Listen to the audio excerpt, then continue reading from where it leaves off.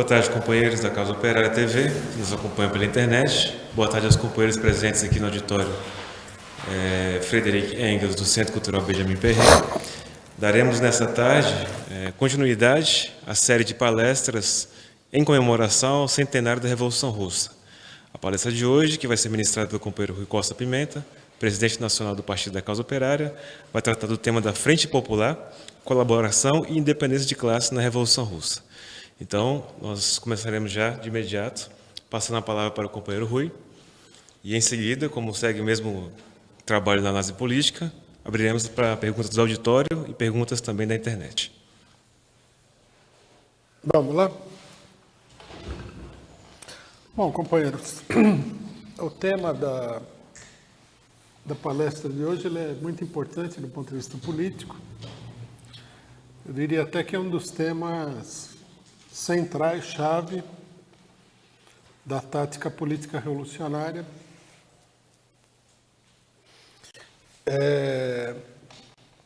Pela comprovação histórica que a gente tem desse fenômeno da Frente Popular. Eu acho que a gente teria que começar, em primeiro lugar, com uma explicação sobre o termo Frente Popular. Em primeiro lugar, nós temos que entender que, no interior da esquerda, dependendo da origem que a pessoa ou a organização tenha, a Frente Popular tanto pode ter um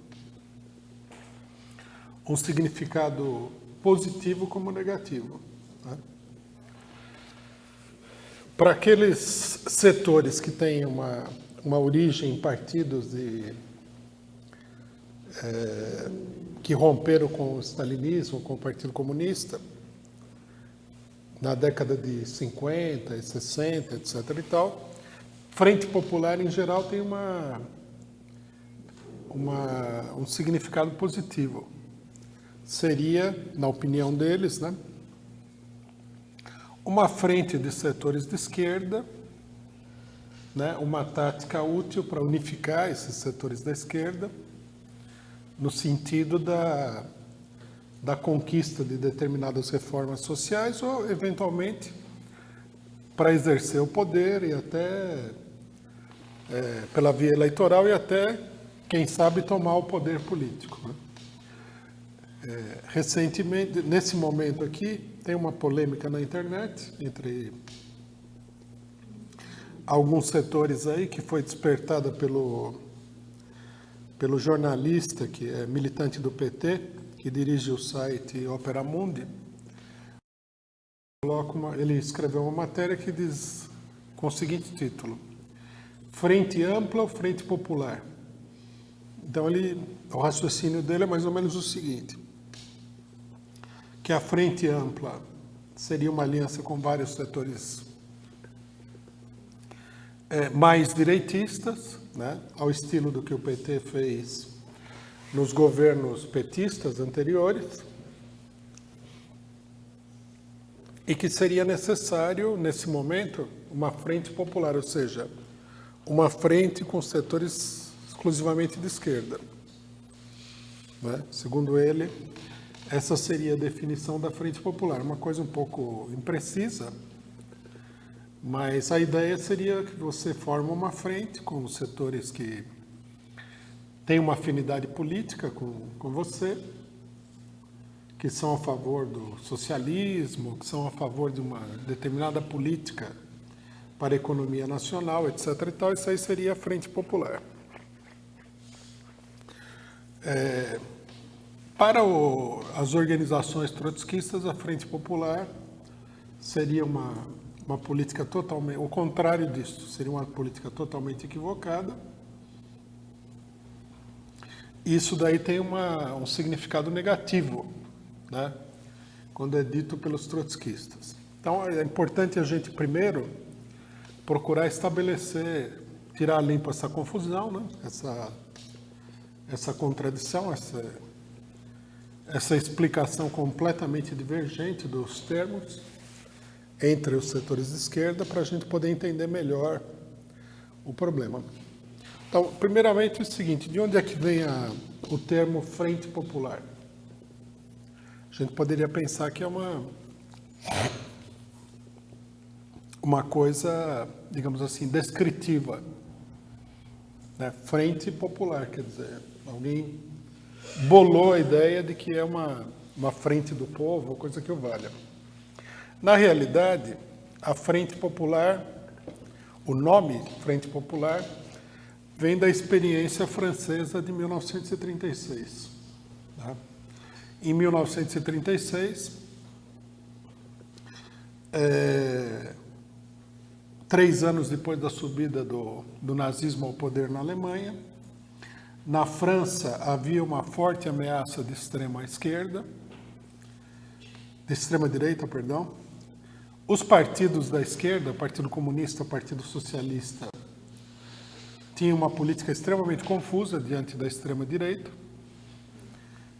O Partido Comunista, particularmente, era contra qualquer tipo de unidade, mas, né, quando os fascistas procuram agir de maneira mais ofensiva, mais agressiva na situação política francesa, em 1934, quando há uma tentativa de ocupação do parlamento francês pela extrema-direita, a classe operária se levanta e, independentemente da política das suas direções, socialista, comunista, o que seja, eles se organizam para combater o fascismo através de uma luta geral da classe operária.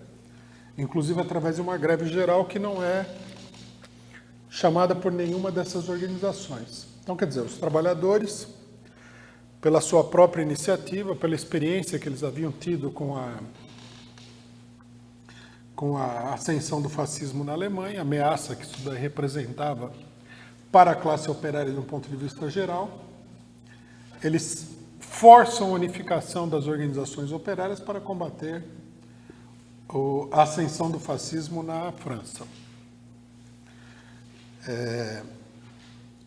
A partir daí, né, o Partido Comunista e o Partido Socialista começam negociações para formar uma frente única de luta contra o fascismo. A maior parte das organizações populares adere a essa iniciativa, né?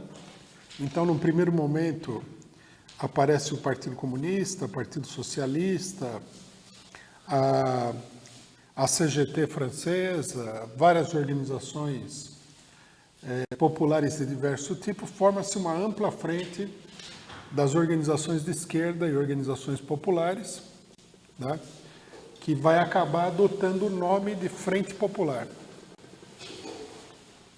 Num primeiro momento, eles têm o nome de Reagrupamento Popular, e depois eles adotam o nome de Frente Popular. O problema dessa frente, né, isso que deu lugar a uma... Bom, vamos colocar toda a história. A frente, logicamente, se transforma num grande movimento de massas, essa Frente Popular, e ela vai conquistar o governo através das eleições. Os partidos da Frente Popular vão ter maioria no parlamento, vão formar um governo da Frente Popular, tendo como primeiro-ministro o chefe do Partido Socialista, Léon Blum, né? Um militante histórico do Partido Socialista. Quando a Frente Popular é eleita, na França explode uma greve geral, maior que a França já conheceu até hoje, que na realidade não é apenas uma greve, é uma revolução operária. A greve se transforma num movimento de ocupação das fábricas, né? E a Frente Popular, através dessa greve aí, negocia com os patrões um acordo que estabelece basicamente uma espécie de CLT francesa, né? Tanto no acordo que é assinado com os patrões, como em reformas parlamentares, instituindo uma série de questões fundamentais para a classe operária, entre elas, inclusive, um período de férias pagas, que não havia na França naquele momento, em 1936. Então, na história francesa, se a gente olhar de uma maneira geral, né, essa Frente Popular aparece como sendo um grande movimento, como sendo parte da greve de 1936, que foi um movimento extraordinariamente importante da classe operária, e aparece inclusive como um movimento vitorioso, devido às reformas que foram obtidas naquele momento pela Frente Popular, né? Daí que um setor tem a ideia de que a Frente Popular é uma tática correta, é uma tática acertada para que o movimento da classe operária e outros setores, né, conquiste as suas reivindicações. Então, essa é uma versão da questão, e é a essa versão que se referem as pessoas que defendem a Frente Popular como uma tática acertada e correta. Só que aí nós temos que fazer uma interpretação do problema da Frente Popular um pouquinho mais específica, né? Nós temos que entrar em alguns aspectos que são essenciais para a compreensão do que é a Frente Popular.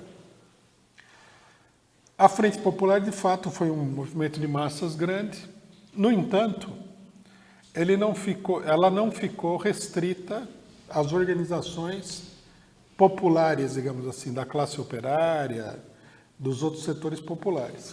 Participou da frente também, né, naquele momento, um partido da burguesia francesa, um dos principais partidos da burguesia francesa, que era o Partido Radical, que era considerado como um partido liberal da burguesia. Liberal não no sentido econômico, mas no sentido político. Quer dizer, um partido mais democrático, né? Isso aí é uma nomenclatura aí que ficou perdida, né? Antigamente, até o final do século XIX, no começo do século XX, se fazia distinção entre os liberais, que seriam democratas burgueses, e os democratas, que seriam os socialistas ou democratas pequeno-burgueses mais radicais, né? Esse partido radical seria esse tipo de democrata burguês, liberal. Quer dizer, um partido burguês que defende determinadas questões democráticas para a sociedade. Então, a primeira coisa que a gente deve dizer sobre a Frente Popular de 36 é que ela era uma aliança com a burguesia. Não era uma frente exclusiva dos setores populares, operários, etc. e tal. A segunda questão que a gente deve assinalar é que a vitória da classe operária sob a Frente Popular não foi uma vitória, mas foi uma vitória que foi obtida às custas de uma derrota maior do que essa vitória, que foi a derrota da greve geral e da luta revolucionária dos trabalhadores franceses. Na verdade, os patrões cederam uma série de reivindicações, cederam para a Frente Popular no parlamento uma série de reformas políticas para conter o movimento revolucionário das massas. Então, a Frente Popular, no final das contas, como direção política, ao invés de ser um movimento que conquistou para a classe operária francesa uma grande vitória, foi um movimento que, na realidade, impediu que a classe operária tivesse uma vitória revolucionária de fato, né? Esse é todo um debate que é conhecido das pessoas que têm uma análise política mais profunda dos acontecimentos. Na superfície fica esse mito da Frente Popular, dirigindo a greve, do grande movimento de massas, etc. e tal. Por isso que há duas interpretações do fenômeno da Frente Popular, né? Frente Popular, a Frente Popular francesa, ela foi reproduzida também na Espanha, no mesmo ano, em 1936. Formou-se uma frente com vários partidos da esquerda espanhola, Partido Comunista, Partido Socialista, foi apoiada pelos anarquistas, foi apoiada pelas centrais sindicais, etc., né? E outras organizações. E foi também uma frente com a burguesia espanhola, o Partido Republicano Espanhol. Essa Frente Popular também, ela sofre um ataque da direita, um golpe de Estado do general Franco, tá? A Frente Popular não reage a esse ataque, mas os trabalhadores, a classe operária, sim reage, freia o golpe e aí a situação se desenvolve através de uma guerra civil. E, finalmente, a Frente Popular vai estrangular a Revolução Espanhola e vai terminar derrotada na Guerra Civil por esse motivo, por ter estrangulado a mobilização revolucionária das massas. Né? Então, quer dizer, a Frente Popular, que ficou vinculada a esses dois acontecimentos, na realidade, uma política, nós vamos ver por quê, de derrota da Revolução Proletária. Depois nós vamos ter outras situações onde a Frente Popular aparece, muitas, né? Muitas situações, onde a Frente Popular aparece como fenômeno político também com o mesmo tipo de resultado. Né? Nós vamos ter essas frentes populares no final da Segunda Guerra Mundial, na Itália e na França, que vão levar ao estrangulamento da revolução nesses países e à estabilização do regime político burguês. E nós vamos ter vários casos dessas frentes populares no mundo. Né? Um dos mais famosos é o caso do Chile, mais recente, né? Onde se forma também a mesma frente popular, chamada no Chile de Unidade Popular, que acaba também capitulando diante do golpe fascista do general Pinochet. Então, do ponto de vista de uma análise política mais rigorosa, a Frente Popular fica identificada com um movimento da esquerda, um movimento de massas, com uma direção conciliadora com a burguesia que acaba capitulando ou obstaculizando o desenvolvimento da Revolução e capitulando diante dos seus inimigos, como aconteceu em todos esses países. Daí a importância de analisar o fenômeno, né? E nós vamos ver a relação desse fenômeno com a Revolução Russa de 1917. Bom, do ponto de vista da definição, nós devemos dizer o seguinte, né? O que é a Frente Popular? A Frente Popular é uma aliança de características mais amplas, né? Entre organizações que falam em nome da classe trabalhadora, pode ser dos operários, camponeses, do povo em geral. Né? Quando eu digo falam em nome, quer dizer, eles efetivamente representam esses setores das massas. É uma aliança entre essas organizações que exercem uma liderança sobre o movimento de massas, sobre as massas, sobre as organizações das massas e a burguesia. Nós não precisamos ir muito longe para ver um caso típico, que é o caso do Brasil. Né? Todas as frentes eleitorais que foram formadas pelo PT, desde 1989, até a eleição da Dilma Rousseff, foram frentes populares nesse sentido. Uma aliança de um partido que dirige a CUT, dirige importantes organizações populares, e partidos burgueses. Né? Partidos ou, eventualmente, personalidades burguesas. Em 1989, que é a primeira vez que se forma a Frente Popular, o PT faz aliança com o PSB, tem como vice um senador, na época, do PMDB. Em 94, novamente se faz basicamente essa mesma aliança. Em 98, o PT sai aliado com o PDT, com o Brizola, né? Em 2002, o PT vai além, faz uma aliança com o partido de direita, que é o Partido Liberal. E a partir de 2006, o PT faz aliança com o PMDB, quer dizer, o mais importante partido político da burguesia no Brasil. Então, por definição, esse tipo de aliança, quer dizer, entre os setores do movimento operário, setores dirigentes do movimento operário e as organizações da burguesia, é uma frente popular. Essa é a definição básica. Isso aí existe na história do mundo há muito tempo. E é um recurso que a burguesia usa em inúmeras situações para controlar o movimento de massas. Em algumas situações, porque esse movimento entrou numa etapa revolucionária, em outras situações, porque há uma instabilidade política que a burguesia precisa controlar para que não se desenvolva no sentido de uma situação revolucionária. Mas, de qualquer maneira, o mecanismo é sempre o mesmo.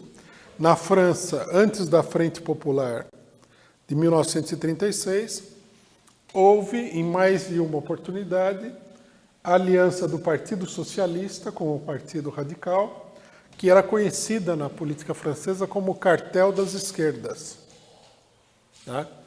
O próprio Trotsky, quando analisa a Frente Popular de 1936, fala: o que é a Frente Popular? É um cartel, quer dizer, o cartel é a reedição do cartel das esquerdas, o que os stalinistas repudiam porque eles acham que não é a mesma coisa, que é um movimento de massas, etc. e tal. Mas o fato é que a grande diferença entre a frente do Partido Socialista, o Partido Radical e a Frente Popular é a presença do Partido Comunista. No resto é tudo a mesma coisa, a mesma política de antes, a mesma coisa que havia acontecido antes. Bom, por que a Frente Popular? Né? Por que ela existe?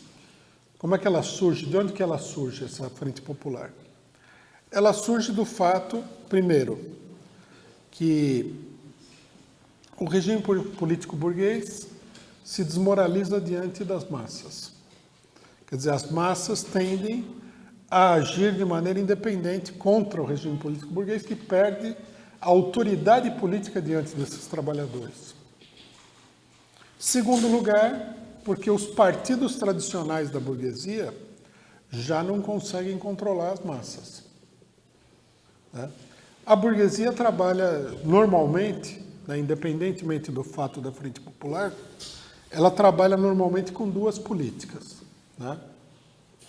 Política democrática, que é o regime parlamentar, dentro do qual ela dá preferência aos partidos conservadores, e a política de tipo ditatorial. Né? O próprio Lenin explica que se a burguesia tivesse uma política só, era fácil de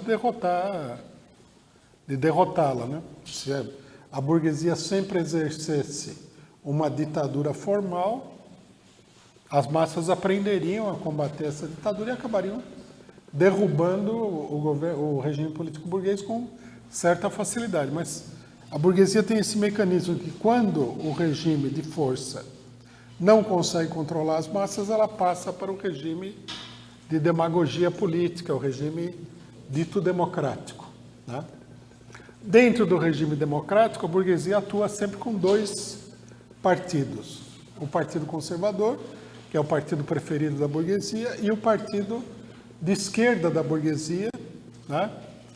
Que quando o Partido Conservador se desgasta, esse partido entra, acalma a situação, faz uma que outra reforma e depois devolve o poder para os partidos de direita. É um mecanismo habitual, é parte do funcionamento normal do regime político burguês. Isso não é nenhuma excepcionalidade. Né? Tanto que no Brasil, a burguesia consentiu que o PT chegasse ao governo, mas a ideia da burguesia era assim: o PT vai ao governo, depois devolve e continua tudo como está. Passa lá um tempinho, né? É uma política que a gente poderia dizer que é a política, que eu já falei aqui, né? Que é a política da anestesia e da operação. Ou O cidadão é operado, depois tem que passar um tempo, tem que ser tratado, vem a enfermeira, dá analgésico, etc. e tal. A hora que ele está mais ou menos recuperado, entrega ele de volta para o médico e ele vai de novo para a mesa de operação. Tudo na vida é assim, né? A gente pode ver, por exemplo, as ditaduras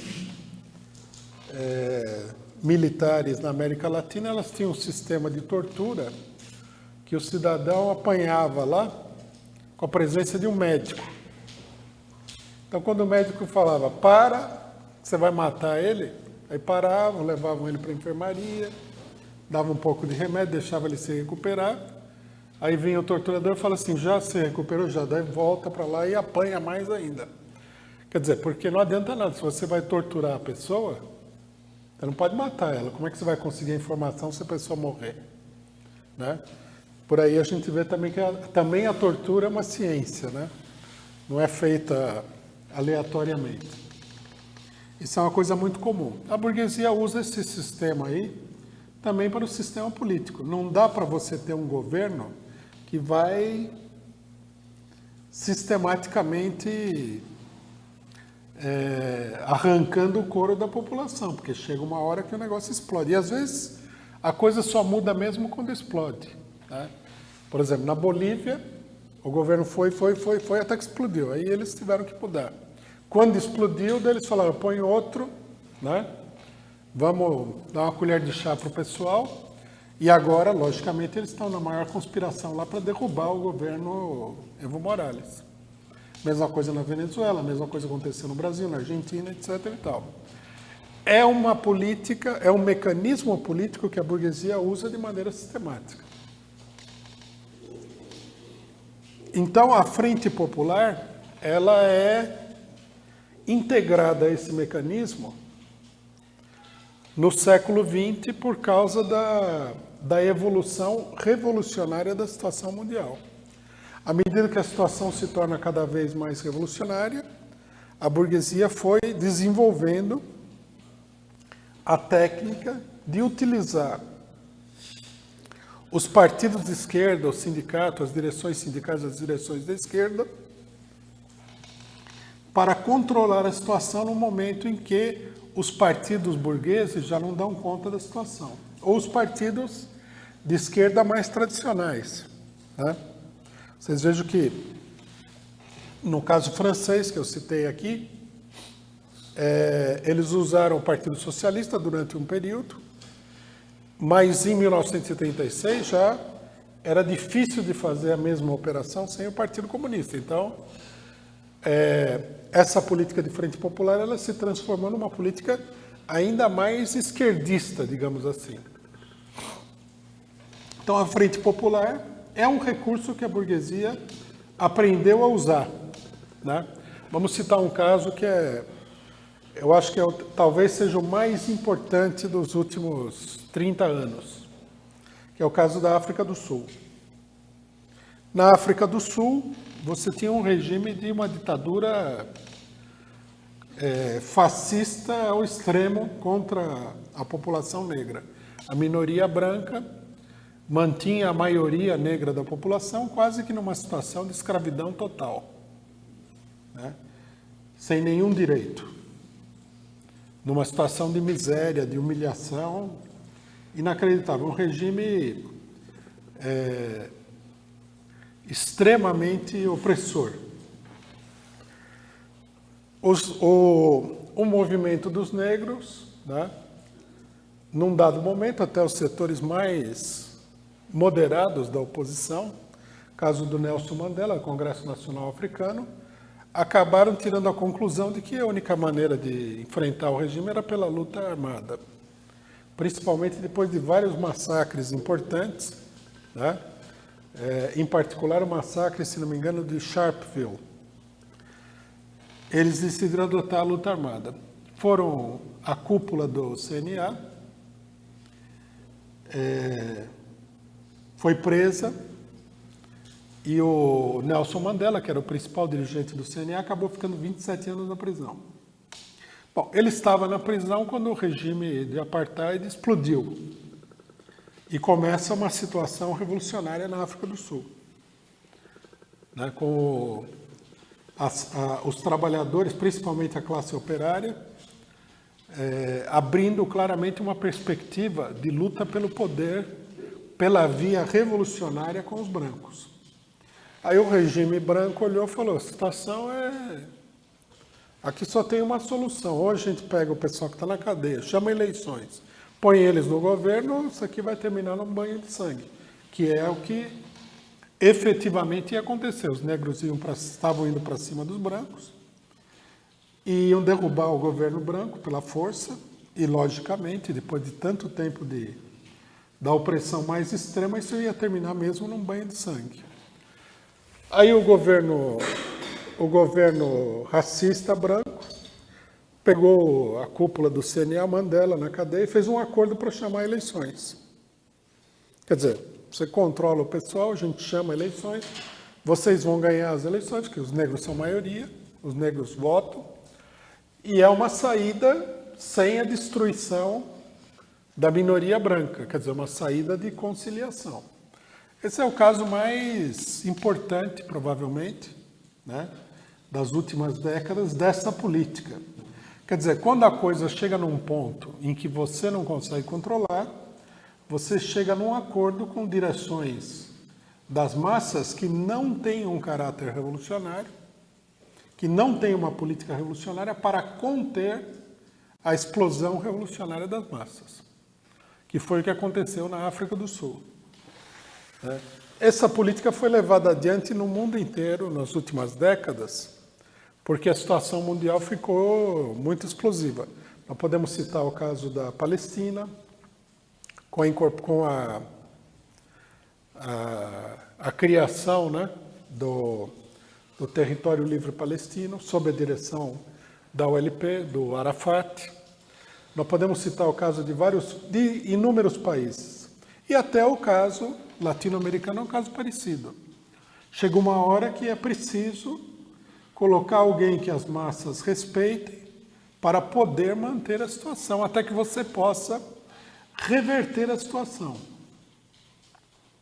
Por exemplo, na África do Sul, apesar de que o governo do CNA sempre foi um governo que garantiu os negócios dos brancos, a política econômica dos brancos, nesse momento há toda uma política para colocar um governo que não seja do CNA, quer dizer, um governo mais independente do trabalhador negro na África do Sul. Na América Latina a gente viu uma série de golpes para tirar esses governos que entraram aí para segurar a situação, né? Porque já eles estavam extrapolando as suas atribuições como governo. Então, a ideia da Frente Popular é isso daí, né? Quanto maior a radicalização dos trabalhadores, das massas, né, mais à esquerda vai a Frente Popular. Porque é preciso que você tenha um governo que as massas reconheçam, que as massas trabalhadoras respeitem. Bom, e por que esse governo de Frente Popular é uma coisa, digamos assim, negativa? Ela é uma coisa negativa porque a função da Frente Popular, mesmo que ela faça uma série de reformas, é manter a situação no marco estabelecido pela burguesia. Ou seja, é defender a integridade do Estado capitalista e é defender, né, a propriedade privada capitalista. Na África do Sul, houve uma mudança política enorme. Os negros ganharam o direito de voto, eles são a maioria da população, o governo todo tem sido sistematicamente o governo do CNA.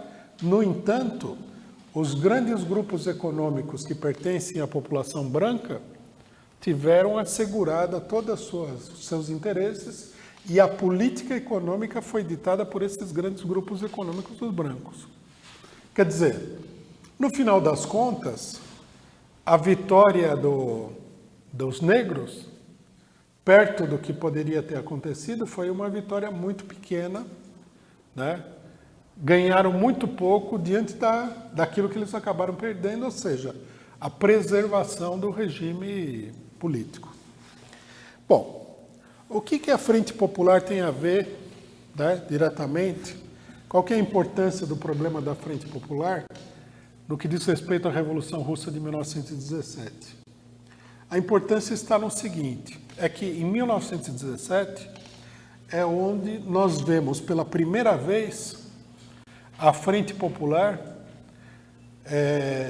no seu desenvolvimento integral, pleno, acabado, na história do mundo.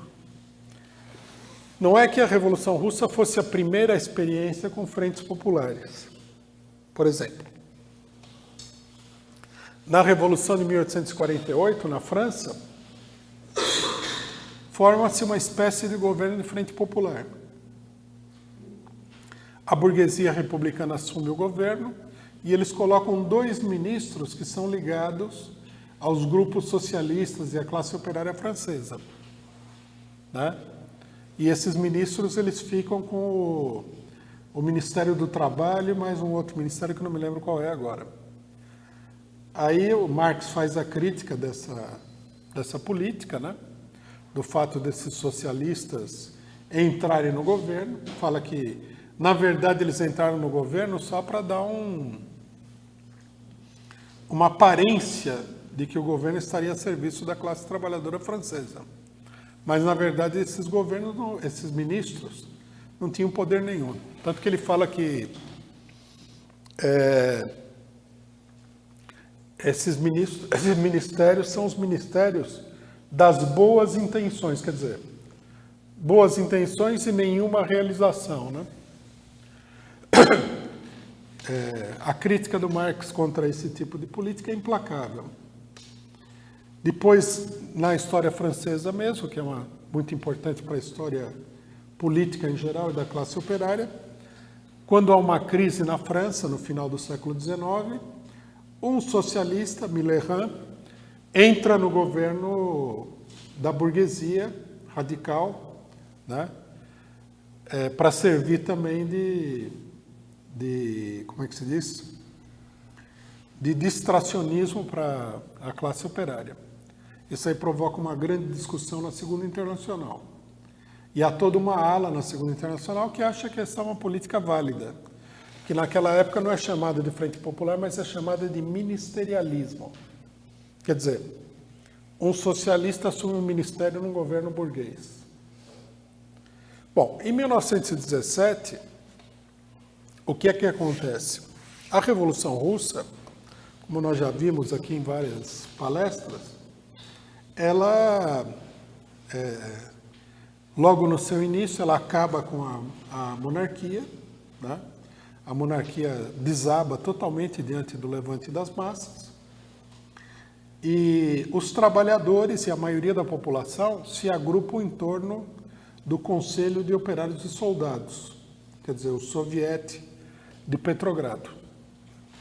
Só a quem os trabalhadores e soldados respondem é o Soviete.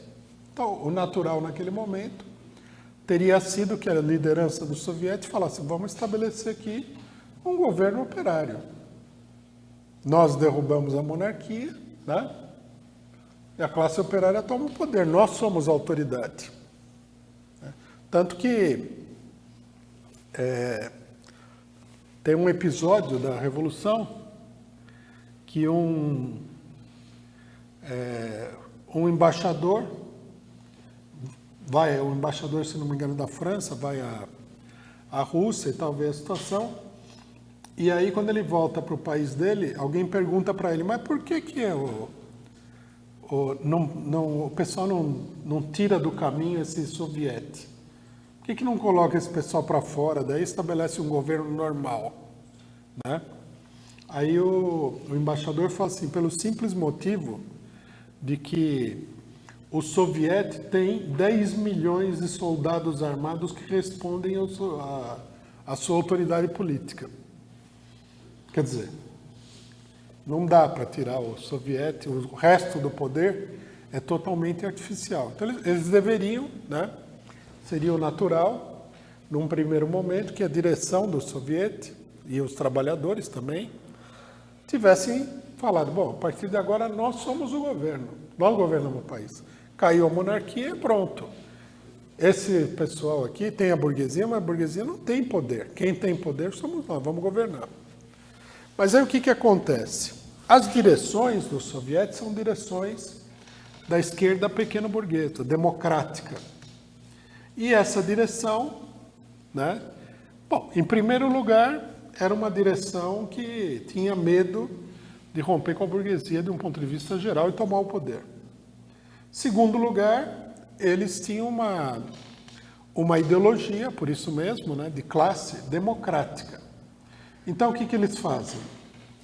Eles esperam os políticos da burguesia, né, os integrantes da ala esquerda do parlamento do czar, a chamada Duma de Estado, a Duma era o parlamento do czar, formarem um governo, que é formado pelos representantes, em geral, da ala esquerda, dos setores liberais dos capitalistas. A ala direita, os latifundiários, os partidos monarquistas não vão participar desse governo. E o soviético entrega o poder para esse governo, que é um governo que não tem autoridade política nenhuma. Então aí nós temos, né, o início da formação, o início da política de frente popular, ou seja, de conciliação de classes. Podendo tomar o poder, os membros dirigentes do Conselho Operário entregam o poder para a burguesia. O governo burguês é um governo, logicamente, totalmente fantasmagórico, não tem poder nenhum. A burguesia tenta mobilizar a direita contra os operários, né? Como a gente viu no Brasil. Eles fazem manifestações para defender a continuidade da guerra, etc. e tal, tentar intimidar os operários. Esse é um episódio até interessante, porque para entender o que aconteceu no Brasil, né? Da mesma maneira que no Brasil a campanha contra a corrupção, no meio da Revolução Russa a burguesia lança uma campanha para intimidar o Conselho de Operários e Soldados, o soviético, e os próprios operários e soldados com uma política patriótica, que o país está em guerra. Então eles acusam os operários que estão reivindicando 8 horas, a jornada de 8 horas, de não querer trabalhar enquanto que o pessoal está morrendo na frente de combate, etc. Então começa com uma política de intimidação dessa natureza, né? Que tem que retomar a guerra, fazem passeata com os mutilados de guerra para forçar o soviético e tal. Mas a situação se esclarece quando, né, esse governo é formado em março. Em abril, o chefe do governo, chefe do Partido Liberal da Burguesia, o Partido Cadete, solta uma nota dizendo que eles vão continuar com a política de guerra anterior. E aí, quando essa nota do governo aparece nos jornais, você tem quase que uma segunda revolução maior do que a primeira. Os trabalhadores saem do bairro Operário, se dirigem à cidade, com a firme intenção de ir até o Palácio do Governo e tirar o governo de lá no tranco. Enquanto os trabalhadores estão indo para lá, um regimento de soldados cerca o palácio com a intenção de prender o governo que tinha falado na continuidade da guerra. Quer dizer, a cidade, Petrogrado, vira um mar de lava revolucionária contra o governo. O que mostra que toda manifestação anterior era tudo uma minoria que procurava intimidar a maioria, porque a hora que eles falam que eles vão continuar a guerra, a coisa explode de uma maneira ainda maior do que havia sido nos primeiros dias da Revolução. O governo só não como é que se diz, invadido e linchado porque o próprio soviético vai lá e controla a situação. Aí uma parte dos ministros, principalmente os que estavam identificados com a guerra, renunciam e forma-se um governo entre os partidos socialistas da esquerda pequeno-burguesa que estão dentro do soviético e a burguesia que estava no governo, um governo de coalizão, que é o governo que vai, a partir de abril, é o governo de coalizão que vai existir até ser derrubado pelos bolcheviques. Esse governo é um governo de frente popular. todo o mecanismo da Revolução Russa, o que é? É a luta para que os trabalhadores, pela sua própria experiência, compreendam a necessidade da ruptura entre os operários e a burguesia e a constituição de um governo operário independente da burguesia. Essa política foi materializada pelos bolcheviques em várias palavras de ordem. Primeira palavra de ordem foi todo o poder aos sovietes. Significava o quê? Vamos tirar esse governo burguês, fantasma, e vamos assumir o poder os sovietes. Os trabalhadores só acreditam nos sovietes.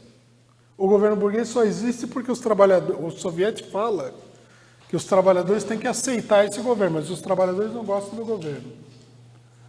Né? Quando os esquerdistas, pequeno-burgueses, entram no governo, junto com a burguesia, o Partido Bolchevique lança a palavra de ordem de fora os ministros capitalistas do governo. Quer dizer, vamos formar um governo só com os dirigentes dos sovietes, só com os partidos da esquerda.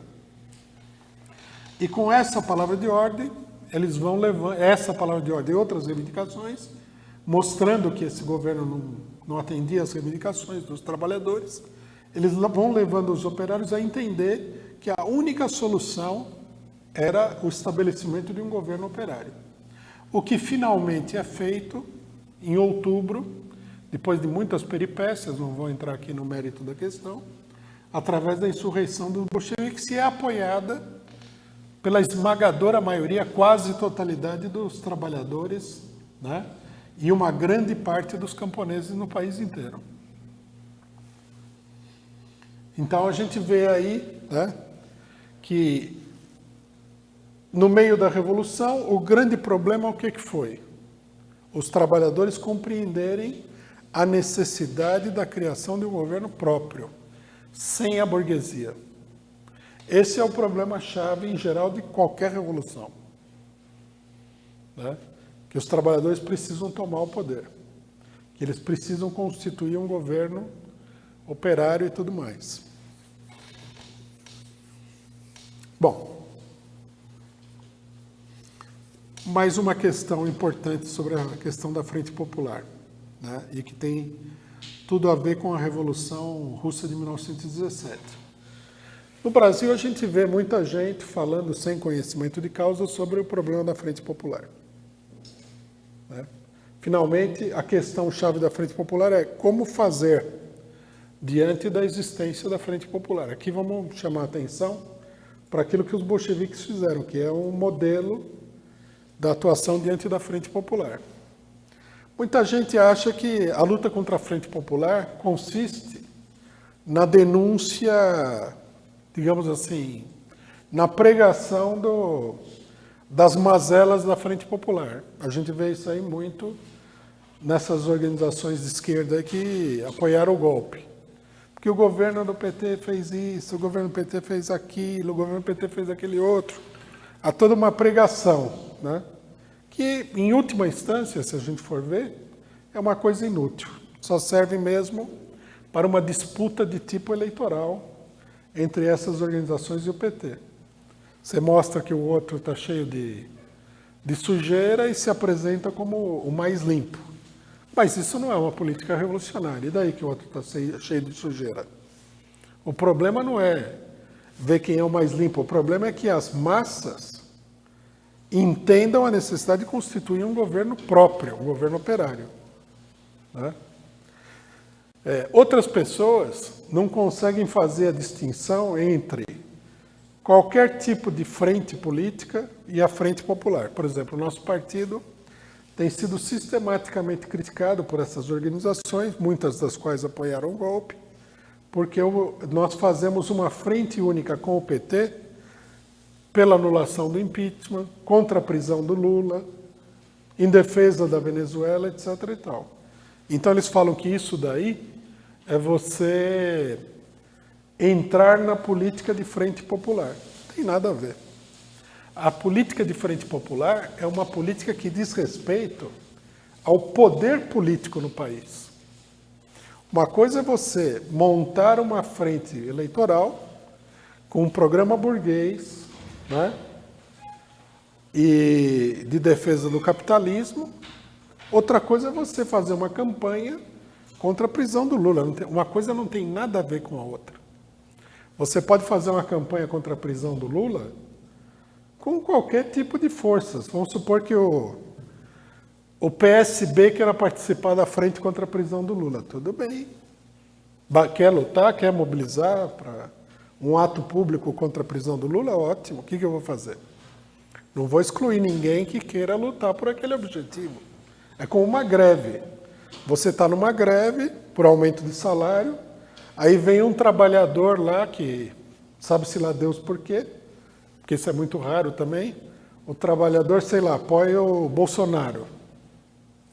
Mas ele quer fazer a greve. O que você vai falar? Não, com você eu não vou fazer a greve porque você apoia o Bolsonaro? É absurdo.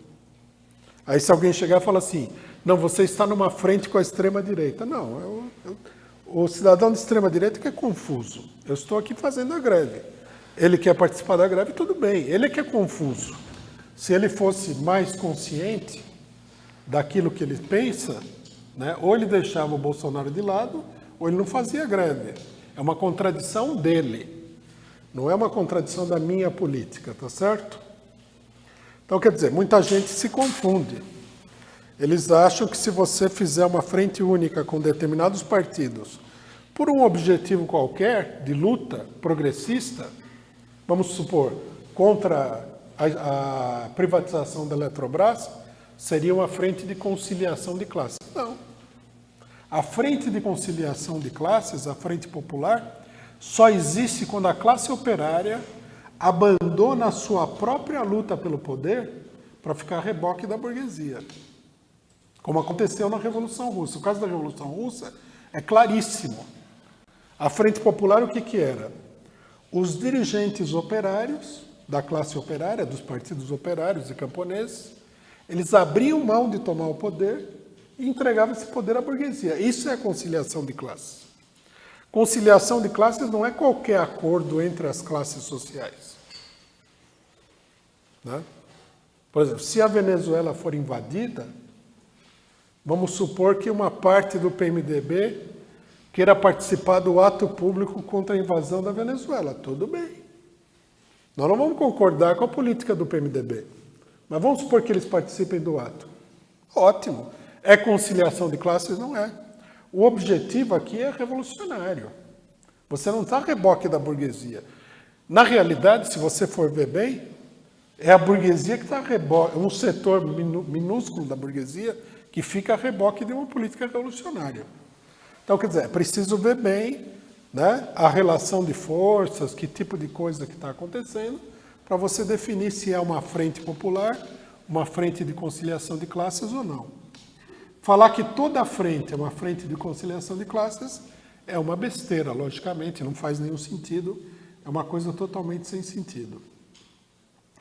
Bom, aí esses setores eles acham assim, que para você estar contra a Frente Popular, você teria que a todo momento estar batendo de frente com a Frente Popular, com o perdão da repetição. Isso é falso. Qual foi a política dos bolcheviques? A política dos bolcheviques foi a política mais, digamos assim, indireta possível para combater a Frente Popular. Por exemplo, em nenhum momento o Partido Bolchevique pediu a derrubada do governo provisório, nem do governo de coalizão.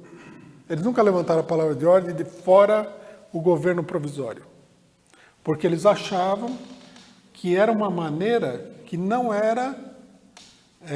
seria compreendida pelos trabalhadores fazer isso dessa maneira tão direta. Daí eles terem levantado uma palavra de ordem indireta, que era todo o poder aos soviets. Se os soviets assumissem todo o poder, implicava em se livrar do governo provisório. Mas ao invés de colocar pela negativa, eles colocaram pela positiva.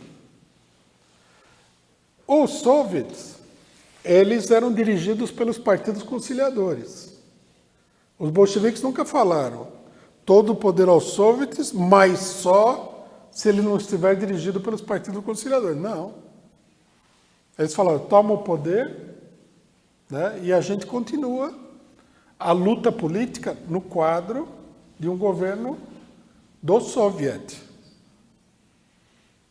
E a política deles foi explicar para os trabalhadores, confrontar os trabalhadores a partir das suas próprias necessidades com a política de conciliação e de criar obstáculos para o desenvolvimento da luta dos trabalhadores pelo poder. Então, por exemplo, eles não abriram mão em momento nenhum da reivindicação de acabar com a guerra, distribuir a terra aos camponeses, estabelecer a jornada de 8 horas de trabalho, que eram as reivindicações centrais dos trabalhadores. Então, eles batiam nessas reivindicações e apontavam como solução para resolver esses problemas que o soviete tomasse o poder, o soviete dirigido pelos partidos conciliadores. E com essa política, eles foram levando os trabalhadores a se confrontar com a política dos dirigentes do soviete, cada vez mais, né? Até o ponto que, num dado momento, né, os trabalhadores se convencem de que não adianta esperar pelo pessoal para tomar o poder, precisa derrubar o governo. Os próprios trabalhadores chegam à conclusão de que é preciso derrubar o governo provisório e tomar o poder em nome dos sovietes. E isso é feito em outubro, através da insurreição. Quando acontece a insurreição, os trabalhadores já estão convencidos de que tem que fazer assim, né? Então, nós temos aí um modelo da política de que deve ser levada diante de uma frente popular. Primeiro, você não deve entrar num atrito frontal. Você deve acompanhar os trabalhadores no desenvolvimento da sua consciência política e organização. Você deve apresentar as reivindicações de um ponto de vista positivo. Você deve apresentar um programa que pareça aos trabalhadores como um programa para solucionar toda a situação, e não um programa para atacar este ou aquele partido. As críticas aos partidos conciliadores e à burguesia é feita a partir desse programa positivo. É como no Brasil, né, na luta contra o golpe. O central é a luta contra o golpe. A partir daí é que a gente pode fazer uma crítica ou uma condenação da política dos outros. Agora, se a gente sair por aí, né, de uma maneira totalmente impensada, criticando todo mundo, porque fulano fez isso, fulano fez aquilo, o Lula vai fazer não sei o quê, o PT pensou não sei o que lá, etc. e tal, é simplesmente semear confusão, né? Primeiro que é uma política puramente de propaganda, não serve para uma ação política de massas, né? E segundo que não vai ser assimilado, né? Se você sair por aí criticando o PT, como é que a pessoa vai distinguir a sua crítica da crítica da direita ao PT? Porque não adianta você ter razão. Você precisa ver como é que você vai apresentar as coisas para que as pessoas se convençam daquilo que você está falando pela experiência que elas estão fazendo. Porque condenar um partido, um grupo, uma pessoa, qualquer um pode fazer. Mas como fazer com que os trabalhadores, as massas, etc. e tal, compreendam essa sua posição? Esse aqui é todo o problema da política revolucionária. Os bolcheviques mostraram como se faz. Eles não saíram pelo mundo atacando todo mundo à torta e à direita. Eles bateram em cima de um programa. Eles falaram, o soviético tem que tomar o poder. Por quê? Porque ele já tinha o poder, de fato. Tinha que assumir formalmente o poder que ele já tinha. Tem que acabar com a guerra. Por quê? Porque os trabalhadores queriam acabar com a guerra. E os outros teimavam em não acabar com a guerra. Então, quer dizer, aí você coloca todas as forças políticas existentes diante da seguinte situação. Se você propõe uma política que é correta e eles são contra, eles vão se chocar com as tendências dos próprios trabalhadores e das massas. Se eles colocarem em prática uma política que é correta, ou seja, uma política revolucionária, mesmo que eles não sejam revolucionários, não tenham essa intenção, eles vão contribuir para que a revolução ande para frente. Por exemplo, se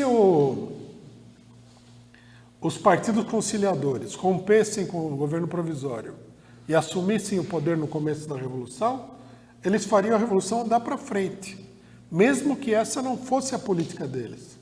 Então, quer dizer, a gente tem que entender que a política do bolchevismo ela não era uma política simplesmente para colocar alguém numa fria. Ele era uma política que impulsionava o desenvolvimento revolucionário das massas. De tal forma que, se as pessoas que estavam confrontadas com essa política ficassem contra ela ou ficassem a favor, o resultado seria basicamente o mesmo. A revolução daria para frente. No primeiro caso, a revolução daria para frente sem esses setores. No segundo caso, a revolução daria para frente com esses setores, até o ponto em que eles fossem capazes de acompanhar a revolução, mas eles deixariam de oferecer um obstáculo, né, para o desenvolvimento da revolução, na medida em que eles aceitassem essa política. Vocês estão entendendo como é que é? Não é uma política que só dá resultado se acontecer A. Se acontecer A, ela dá resultado. Se acontecer B, ela também dá resultado. As duas hipóteses faziam com que a revolução progredisse, com que a revolução andasse para frente. De um modo geral, a política revolucionária tem que ser formulada assim. Você tem os setores dirigentes, tem setores que têm o maior peso, você fala, temos que fazer isso daqui. Se esses setores não fazem, eles começam a sofrer um desgaste diante dos trabalhadores que querem aquilo lá. Então, esse é um resultado possível. Digamos assim, a linha de maior resistência. Se eles aceitarem a política que você propõe, como essa política ela é em si uma política revolucionária, não foi inventada só para colocar aquele setor numa situação difícil, de qualquer maneira a revolução vai andar para frente. É como a gente pode ver essa política de uma maneira simples no movimento grevista. Vamos supor que você tem uma greve no sindicato e o sindicato tem uma direção pelega ou vacilante. Então você estabelece a reivindicação, vamos supor, de 15% de aumento de salário. E os trabalhadores estão convencidos, porque foi feita uma preparação, de que esses 15% são uma reivindicação fundamental. Como é que qualquer organização séria agiria num sindicato como esse? Apresenta a reivindicação, vamos supor que é aprovada na Assembleia. Então, nós defendemos 15% de aumento. Nós chamamos a direção do sindicato a que defenda os 15% de aumento. Se eles não defenderem, né, eles vão acabar entrando em choque com a categoria que quer os 15% de aumento. Mas e se eles defenderem? Se eles defenderem, eles vão deixar de ser um obstáculo ao desenvolvimento da luta dos trabalhadores, da greve. A greve vai aumentar de tamanho, vai se radicalizar, tá certo? E as coisas vão evoluir da mesma maneira no sentido que você quer, ou seja, da vitória do movimento. No primeiro caso, a vitória do movimento se dá contra uma determinada direção, no segundo caso, se dá sem que essa direção seja um obstáculo. Vocês perceberam? Então, a política tem que ter isso daí. E é importante confrontar, né, todos os setores do movimento operário, todas as direções, com essas necessidades reais do movimento que as massas vão, das quais as massas vão tomando consciência. Pode ser que, num determinado momento, as massas tenham dificuldade de ter consciência daquilo, mas aos poucos, né, as massas vão tomando consciência e o movimento vai se fortalecendo se houver um partido que defenda aquilo, independentemente das flutuações do movimento, como fez o Partido Bolchevique em 1917. Bom, vamos ao debate, companheiros?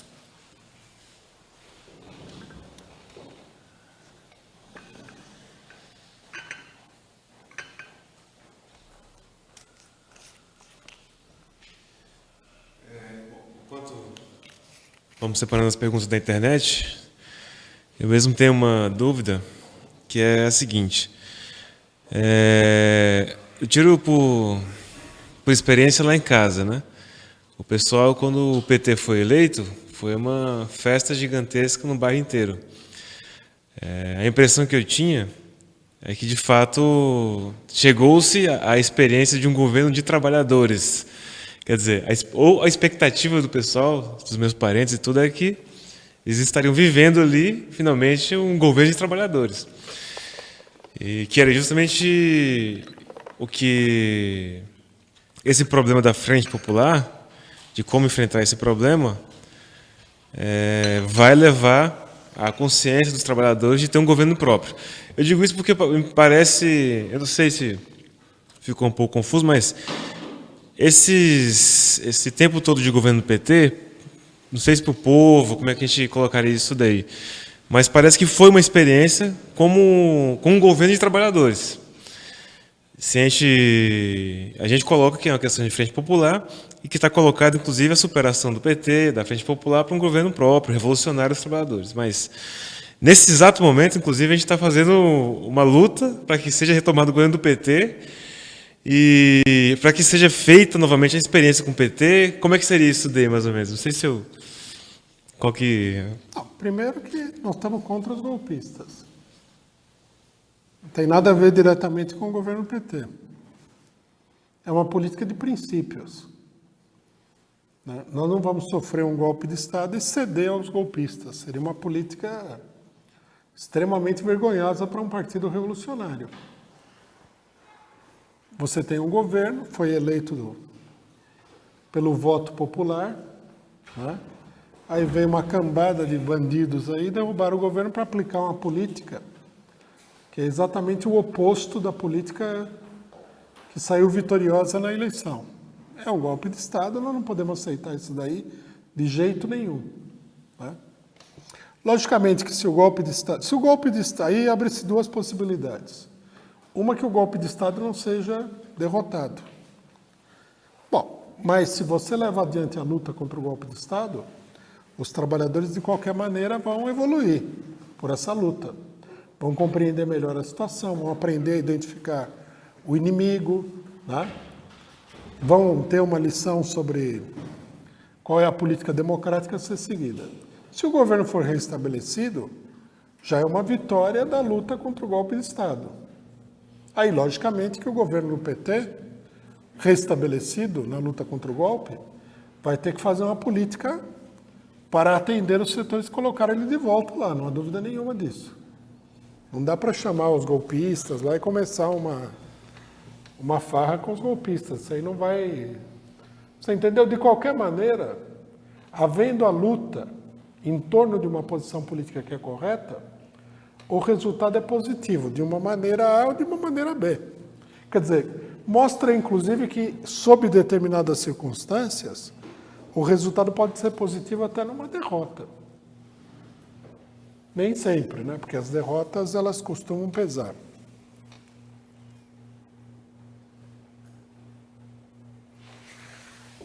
O negócio que você deu exemplo da sua família é interessante. Imagine se você ficasse lá discutindo que, não, esse governo PT é ruim e tal. Qual seria o ganho? Né? A pessoa que apoia o governo do PT é confrontada com a direita. Aí vem um outro e critica também, de uma maneira totalmente abstrata, o governo. Isso é uma fonte de confusão, né? Outra coisa, se você chegar, por exemplo, e apresentar ao governo uma determinada exigência, que é uma reivindicação popular. Por exemplo, na época do governo Lula, nos Correios, o pessoal dos Correios prometeu que o Lula ia conceder como é que era? Ia conceder 30% no salário como a título de periculosidade. porque os carteiros viviam numa situação muito perigosa, assalto, etc. e tal. Aí os sindicalistas do PT levantaram essa reivindicação, que a gente olhou e falou assim, não é verdade que eles vão dar isso aí. Mas vamos pegar essa reivindicação, que é uma reivindicação positiva, e vamos exigir do PT que dê isso aí. Daí quando a gente começou uma agitação grande em torno dos 30%. Né? Aí foi crescendo, foi tomando conta da categoria, e finalmente o Lula, ele não deu os 30%, mas ele deu uma coisa que era menos que os 30%, mas parecida com os 30%. Quando ele percebeu que, né, a categoria toda estava atrás dessa reivindicação. Então, a gente tem que ver como é que... Uma coisa é você num debate fazer uma crítica. Outra coisa é a política para o conjunto das massas. Né? As palavras de ordem, as campanhas e tal. É por esse motivo que nós fomos contra a campanha do pessoal do Não Vai Ter Copa. Fomos totalmente contra, porque é uma campanha que só podia ter um caráter reacionário no momento em que está se tramando um golpe de Estado, né? E outras campanhas que a esquerda fez aí nós também não apoiamos. Quer dizer, você tem que ter uma política que não é para você, não é para sua autossatisfação, que não é para satisfação moral de ninguém, que permita aos trabalhadores evoluírem na luta pelas suas reivindicações e, em particular, na luta pelo poder. Por isso tem que ser escolhida a reivindicação com muita clareza, né?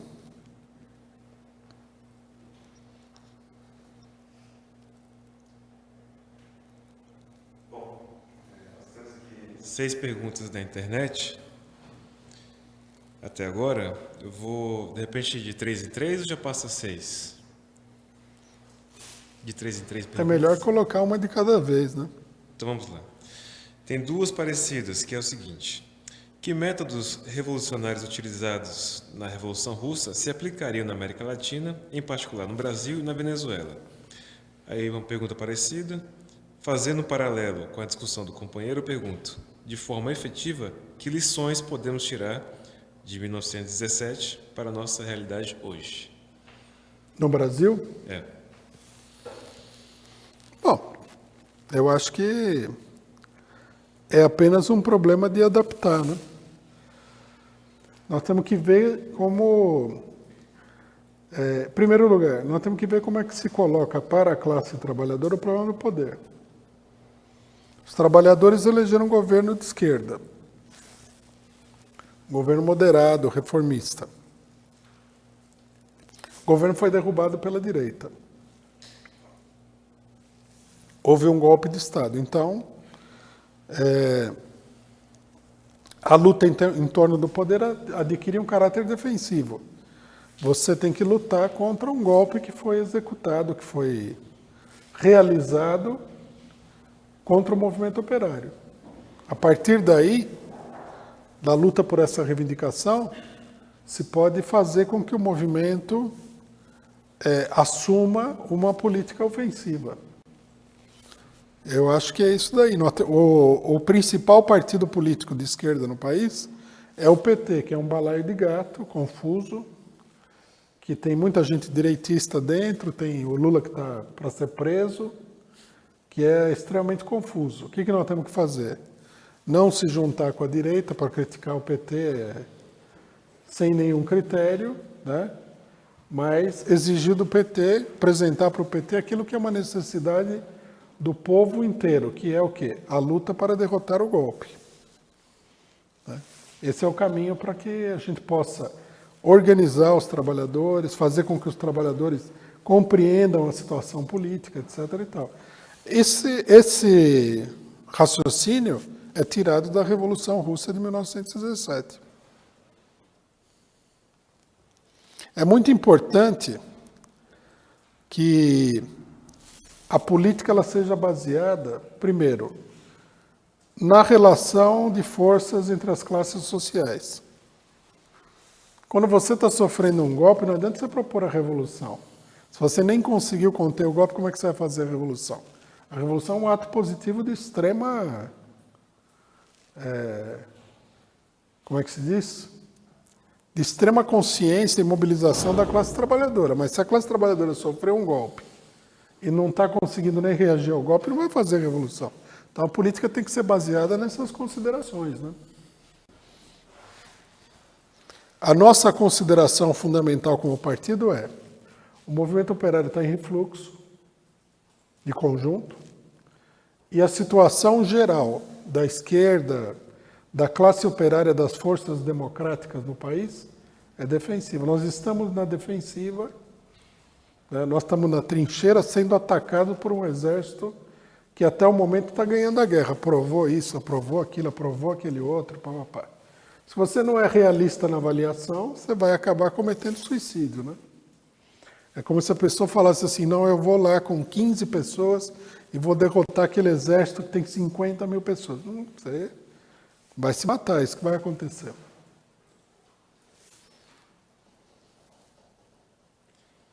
A pergunta colocava também com relação à Venezuela, as lições da Revolução Russa e a Venezuela agora, né, atualmente.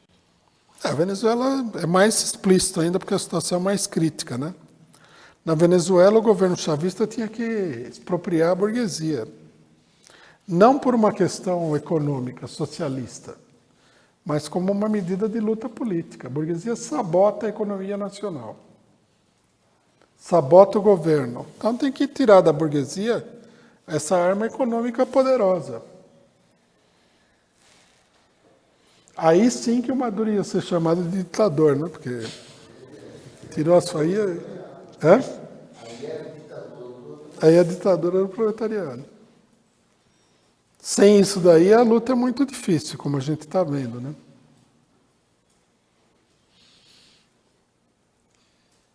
Bom, duas perguntas parecidas também.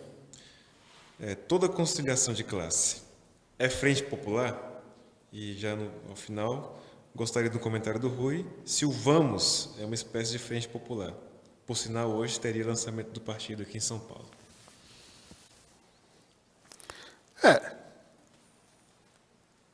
Acho que a gente pode dizer, assim, em geral, né, que toda conciliação de classes é uma frente popular.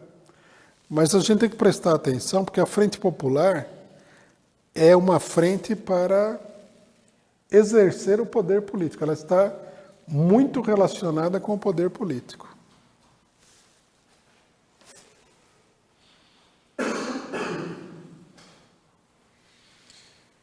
Sobre o Vamos, né? O Vamos, isso. Então, o Vamos, até o momento, ninguém sabe o que é esse Vamos, né? O que eu sei é que eles vão montar um escritório aí de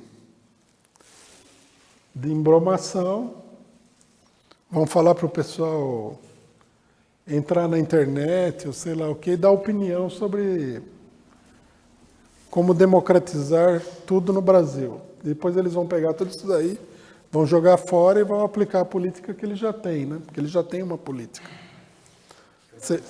Seria importante esclarecer as pessoas que vão participar aí do Vamos, que eles já têm uma política, não é que eles tanto têm uma política que, no meio do golpe, eles não quiseram agir em conjunto com a Frente Popular para mostrar que eles têm uma política diferente da Frente Popular, da Frente Brasil Popular, né?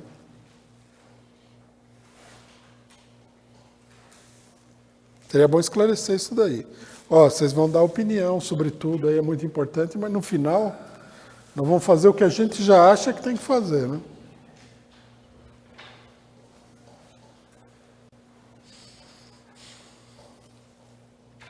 Bom, no Congresso dos Soviets, Lenin dissera que os bolcheviques assumiriam o poder sozinhos.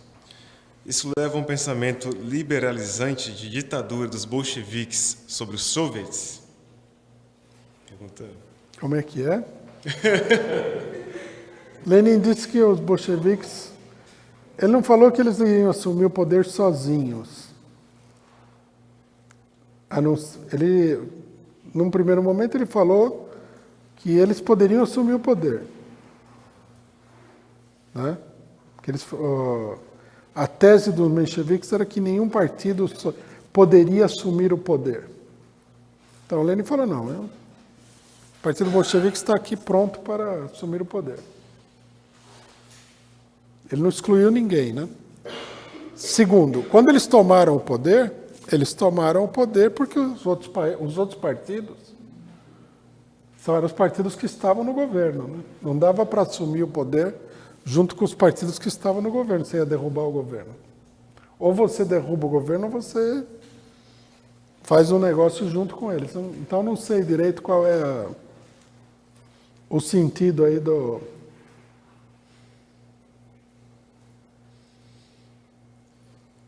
Bom, moro no interior de Minas Gerais, em uma pequena cidade.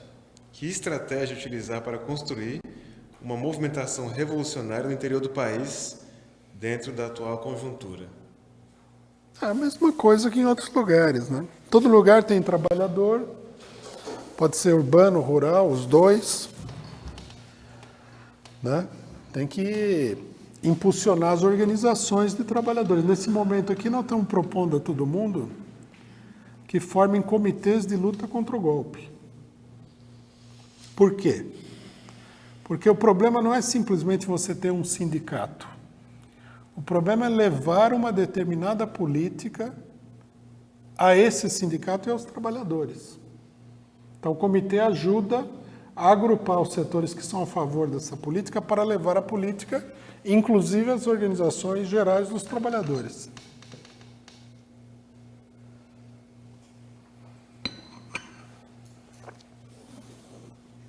O problema que talvez muita gente não perceba, porque fica essa discussão de quem vai convencer quem, como é que você convence o direitista. Hoje mesmo perguntaram, né? Como é que você convence um direitista? Eu não me preocuparia tanto em convencer o direitista, me preocuparia mais de que a gente fosse para as fábricas, para o campo, para as organizações onde os trabalhadores não são nem direitistas nem nada, né? E começasse um trabalho sistemático de agitação política, de esclarecimento ali onde estão os trabalhadores. Os direitistas, sei lá eu, né? Se você, num determinado lugar, você consegue convencer os trabalhadores, a opinião dos direitistas é totalmente irrelevante. Isso não está sendo feito. Enquanto todo mundo discute sobre opinião pública, você vai lá se você for no ABC ou aqui em São Paulo, nas fábricas em São Paulo ou na Grande São Paulo, não tem nenhuma agitação política em torno do problema do golpe, das reformas, nada. Nem os sindicatos estão fazendo agitação política. Como é que você vai querer que o trabalhador apoie uma determinada política se você não vai lá fazer discussão com ele? A burguesia faz essa campanha. O trabalhador, em geral, não gosta. O trabalhador vê lá na televisão que a destruição da CLT é uma maravilha. Ele não vai gostar disso daí. Mas e cadê a voz que fala que tem que reagir, que tem que lutar contra, que isso é um crime, que tem que se mobilizar e tal? Não tem essa voz.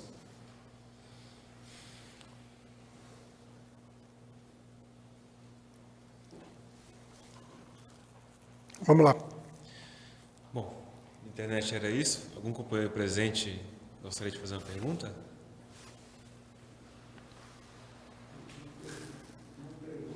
Pode vir, seu tranquilo, microfone.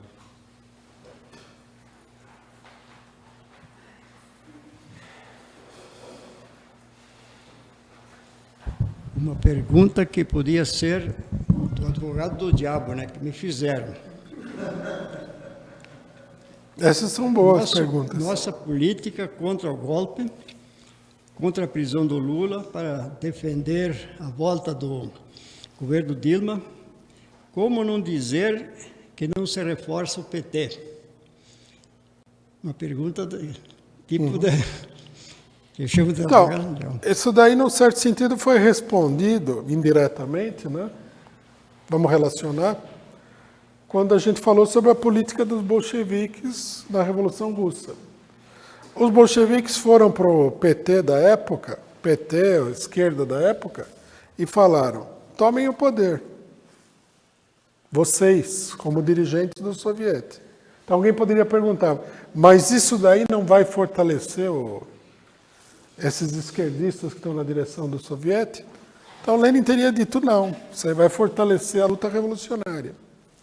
Se os trabalhadores conseguirem derrotar os golpistas e fazer o PT voltar ao governo, a situação do país terá andado muitos e muitos quilômetros para frente. Não vai ser a volta para trás, é um passo para frente. Se o PT chegar ao governo sobre a base da mobilização dos trabalhadores que derrotou o golpe, nós vamos ter uma situação muito mais polarizada, mobilizada, politizada do que nós temos hoje.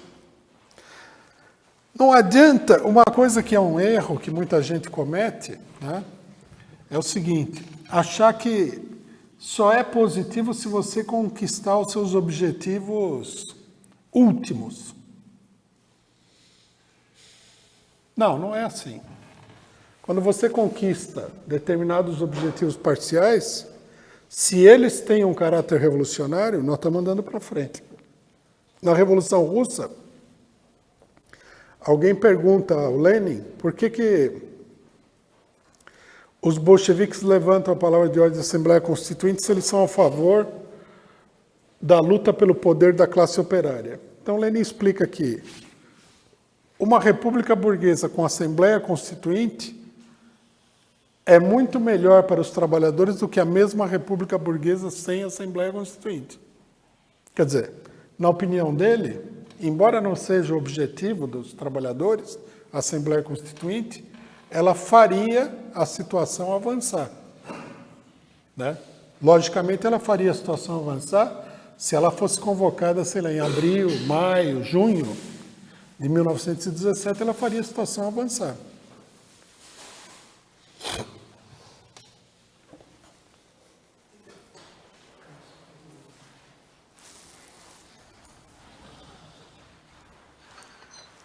A posição do partido apoiando, digamos assim, a legalidade, digamos, democrática do PT. Como é que eu vou dizer? Ele está provocando dentro do partido toda uma revelação de quem é quem. Quero que o senhor, quem é a favor, outros são contra, outros se omitem. Quero que o senhor explique melhor, então, o efeito positivo que essa posição do partido produz, além de conseguir fazer avançar, se o governo Dilma voltasse, né? Seria uma vitória, né? Mas, ao mesmo tempo, essa postura do PT, quero dizer do PCO, o que fez revelar dentro do partido? Dentro do partido. Bom, aí é que está, né? Como é que a gente mede o acerto de uma política em relação ao partido que formula essa política? Se a política é correta, numa situação favorável, porque, logicamente, há muitas situações, o partido tende a se fortalecer. Então, esse é o principal indício. Né? Pode ser um crescimento do número de militantes, do apoio que ele tem dentro da população trabalhadora, e pode ser, dependendo da situação, simplesmente uma maior coesão partidária. Tudo isso são índices de que a política é correta. Bom, eu acho que nesse caso, no que diz respeito ao PCO, os índices eles são todos favoráveis. Né? O partido está fortalecido, atua mais coeso, está crescendo em número de militantes, aumentou sua influência política, e isso numa escala extremamente grande. Né? Logicamente, volta e meia você tem aí algum setor do partido que está contra uma determinada política. Isso aí acontece mesmo. Você tem o pessoal que ou é bitolado numa política anterior, ou que tem picuinhas e motivos diversos para se indispor com o partido. Se você pode até ter um racha, nós até tivemos alguma defecção nesse período, mas é muito residual para ter um significado maior, né? É muito mais predominante, infinitamente mais predominante, todos os índices positivos, né? Outra coisa também é o seguinte, se você tiver um racha, vamos supor que seja um racha grande, que a gente não teve, mas vamos colocar como hipótese. Você tem que ver também se o racha, que propõe o contrário da sua política, se ele consegue progredir com aquela política, né? Também teria que ver isso daí. Vamos supor que alguém rachasse falando que nós estamos aí muito, apoiando muito o PT. Aí teria que ver com a política que eles vão traçar, se eles andam para frente. Também teria que ver esse problema, né? Mas eu acho que no nosso caso, a nossa política ela só tem dado resultados positivos e muito grandes. No sentido de revelar para o povo os elementos espúrios que estão dentro do PT também. Também, eu acho que a nossa política ela contribui nesse sentido. Porque muitos militantes do PT perceberam que é uma minoria de parlamentares do PT que efetivamente defende o partido nessa crise.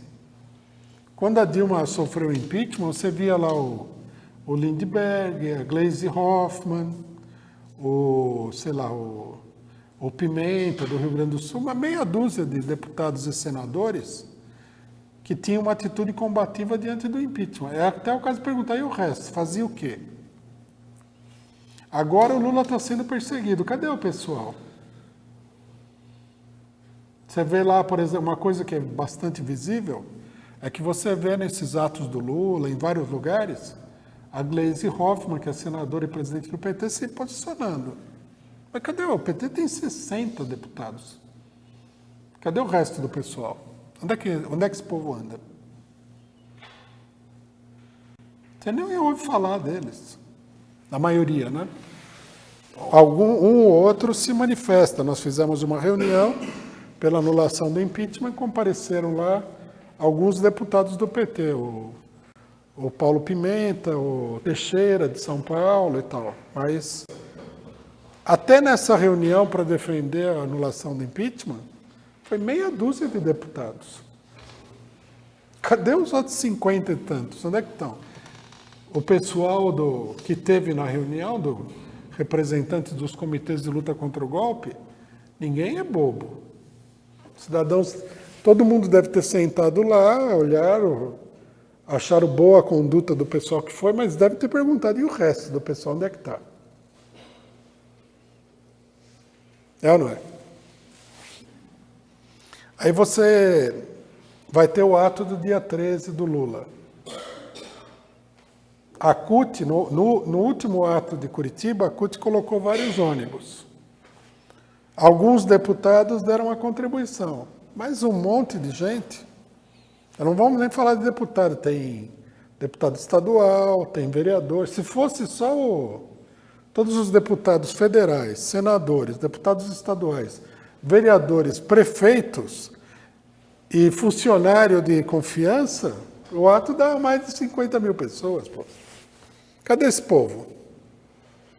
Tem que perguntar, né?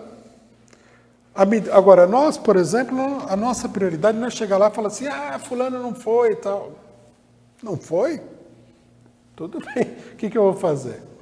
A nossa prioridade é chamar o ato. Quem não for, quem não fizer, que se explique. E, nesse sentido, nós estamos promovendo, sim, um esclarecimento, mas não estamos promovendo o esclarecimento simplesmente por apontar o dedo para alguém e falar, você não foi. É a pessoa que está esclarecendo que ela não quer nada com nada, ela que está esclarecendo. Nós traçamos a política. Se a pessoa for, muito bem, está ajudando a levar adiante a luta. Não vai? Bom, o pessoal está... O povo está de olho, está observando, cadê eles? Né? Eu acho que está aí a força da nossa política, né? Dentro do PT também, eu acho que está se destacando uma ala mais coerente, mais política, que leva adiante uma luta, e um setor aí que é totalmente adaptado, né? Que não faz nada. Só está preocupado com a própria eleição. Eu acho que é uma grande lição de política. Vale muito mais do que a pessoa pegar, abrir um site na internet e ficar lá, não, porque o PT em 2000 e não sei quanto, fez não sei o que e tal. Quem que liga? Bom, vamos para mais uma pergunta do auditório. Vou encerrar as inscrições para a gente caminhar para o encerramento.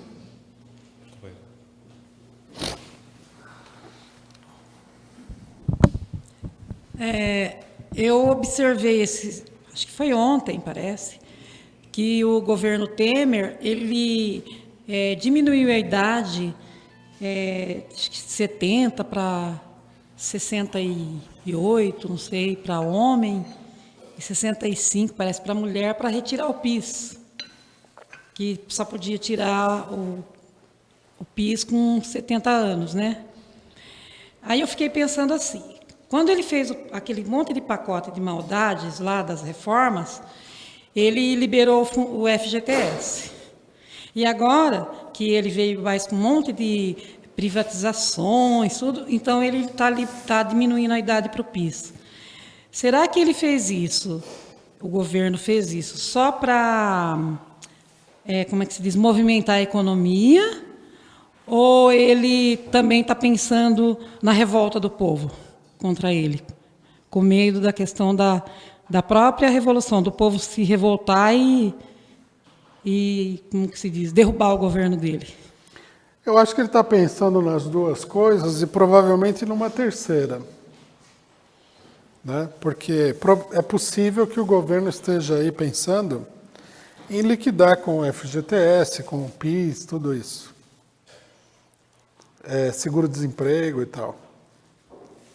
Então, alivia um pouco a pressão econômica, não resolve absolutamente nada isso daí. O pessoal vai tirar o FGTS, vai gastar e pronto, não vai resolver a situação de ninguém. Não diria que ajuda a movimentar a economia. Acho que o objetivo maior do governo é controlar a inadimplência com os bancos, que dominam aí todo o mercado de crédito, logicamente. Porque com 14 milhões de desempregados, uma inadimplência crescendo assustadoramente, isso daí ameaça uma quebradeira dos bancos. Então, se você libera dinheiro que o pessoal tem, né, o pessoal, uma parte desse dinheiro, pelo menos, vai lá para pagar a dívida. Para que o cidadão quer limpar o nome, essa coisa toda. Então, isso daí ajuda a diminuir o perigo da quebradeira bancária, que deve ser grande nesse momento, com tanta gente inadimplente. E, finalmente, eu acho que, à medida que eles vão esvaziando esses recursos, eles vão preparando o terreno também para a liquidação disso. Por que eles vão deixar o fundo de garantia se eles estão acabando com tudo quanto é direito trabalhista e tal?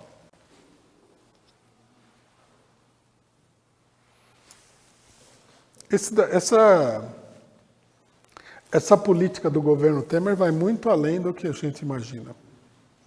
Se a gente pudesse ter uma conversa tete a tete com o economista linha dura do governo, a gente, até nós aqui, nós iríamos ficar chocados com as coisas que ele ia falar.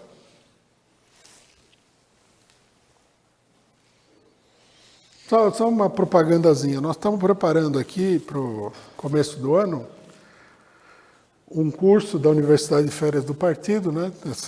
No meio do ano foi a Revolução Russa. No final do ano será sobre economia, principalmente a questão do neoliberalismo.